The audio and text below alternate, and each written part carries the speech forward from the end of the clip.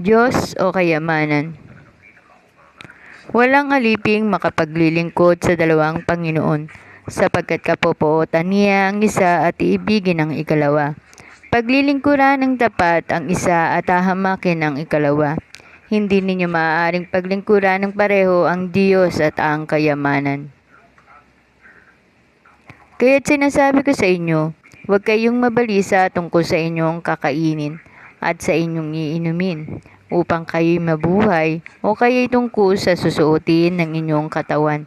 Hindi ba't ang buhay ay higit na mahalaga kaysa pagkain at katawan kaysa damit? Masdan ninyo ang mga ibon. Hindi sila nagtatanim, ni umaaniman o kaya'y nagtitipon sa kamalig. Ngunit pinapakain sila ng inyong Ama na nasa langit. Hindi ba't higit kayong mahalaga kaysa mga ibon?